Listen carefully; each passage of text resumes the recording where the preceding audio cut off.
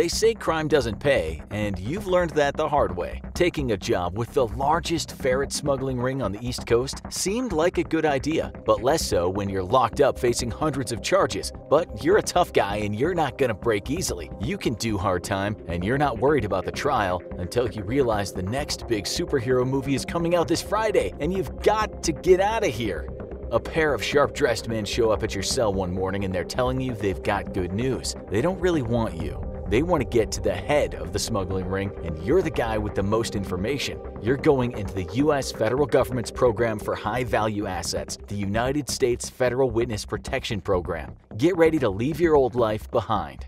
Entering its 50th year of keeping witnesses safe, the Witness Protection Program was designed to help the government nail organized crime syndicates by ensuring the bosses couldn't assassinate witnesses before the trial. Since 1970, they've protected over 19,000 witnesses and families, 95% of which are criminals. After all, who knows more about the inner workings of a crime syndicate than the people working in it? But the program is closely guarded to keep its participants safe, and you're going to learn all about its deepest secrets as you prepare to leave your old life behind.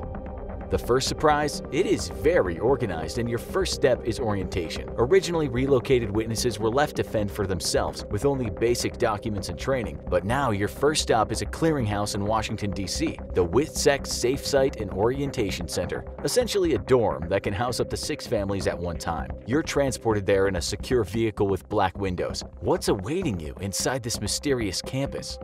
Inside, you'll learn all the details of your new identity and location, given new documentation including a birth certificate and social security number that will allow you to do anything your old identity could, and informed of your obligations to the government. When they're ready to put your boss on trial, you're obligated to testify in exchange for your place in the system. Don't expect to meet new friends though. Everyone entering the program is segregated from each other at the facility, and you'll only meet with your handlers for private orientation.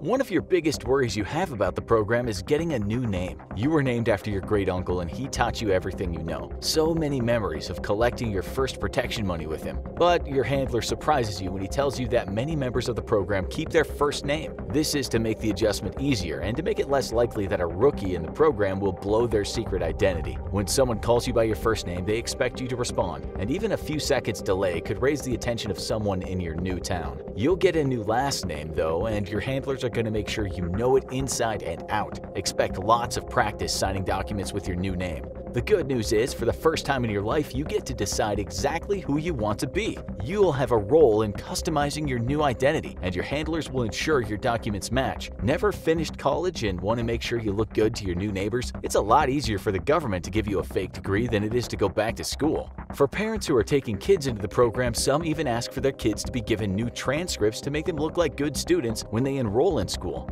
Man, you should have gone into witness protection when you were trying to pass chemistry. The government doesn't grant unnecessary requests like that regularly, though.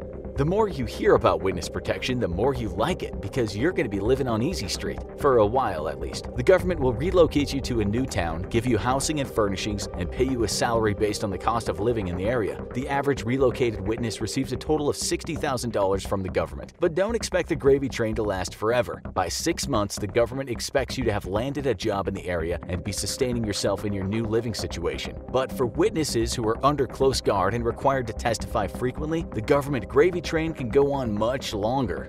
Don't expect to spend all your time in your new life lazing around though. You'll have someone to keep you accountable. One of the biggest secrets of the Witness Protection Program is that you'll have a shadow following you at all times. This is your personal U.S. Marshal, and that assignment is for as long as you're in the program or alive. U.S. Marshals regularly work undercover to catch criminals, so yours might integrate themselves into the community to keep an eye on you. When it comes time to testify, your Marshal will escort you to the trial to keep you safe. But once you settle into your new life, the Marshal will become a smaller part of it. Some witnesses in the program for a while only check in with their Marshal once a year.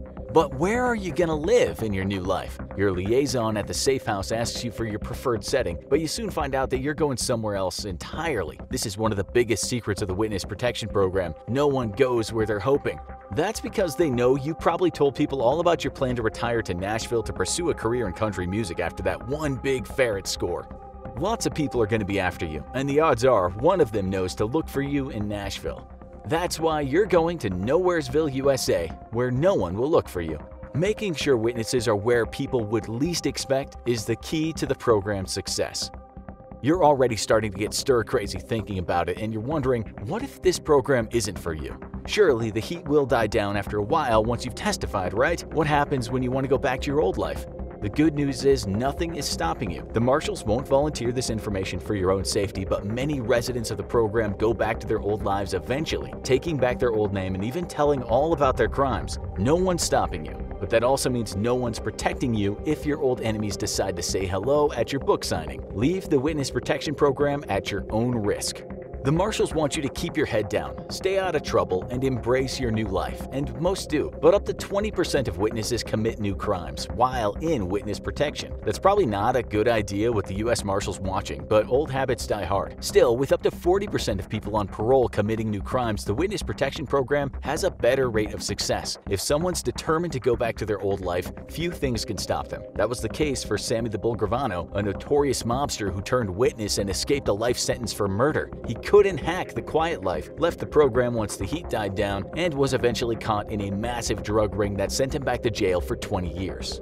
So how far will the government go to get someone into the witness protection program? That depends on how valuable the witness is. During the early days of the program, when the government was breaking up some of the most powerful crime syndicates in history, they would grant bizarre and elaborate wishes from witnesses as they relocated them. Most famously, this would include free plastic surgery, new life, new you. Mob informants would get dental work done, facelifts, and breast implants for their wives. One witness even claimed he needed an operation to enhance his manhood and got a psychologist to sign off. Those days are long behind the program, but new and thorny issues are cropping up for marshals every year. You're heading into the program single, and you want to know, what if you meet someone while you're in the program? The good news is there's no rule saying you can't date or even get married while in witness protection. The bad news is you better get used to lying to your significant other. The program doesn't advertise it, but keeping your identity secret means just that, even when you're on a date. That's because many new relationships end in a nasty way. And would you want your ex to know a secret that could possibly get you killed?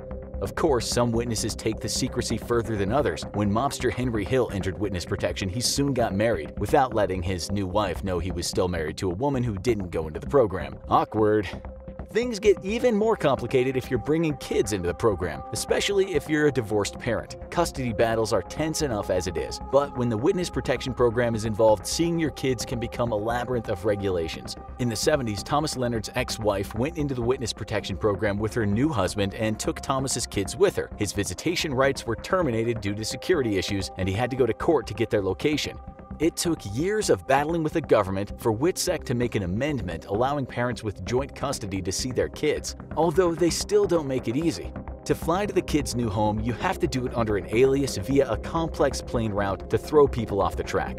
So you don't have any of that baggage, so it sounds like you'll be on easy street soon enough. Some minor ferret fraud isn't a big deal for the government to forgive if you testify, so you'll be walking into your new life with a clean record. But what about the heavy-duty criminals who enter the system? Some mobsters who turn state's evidence are among the most dangerous people out there, including mob hitmen with body counts of dozens. Do the marshals just let them go scot-free? One of the witness protection program's biggest secrets is that a chunk of their witnesses are still in prison. They get their new identity and serve their sentence under an alias, usually with a shortened term and added perks, including unlimited phone calls and better food in prison. Most will be released into the regular witness protection program soon enough.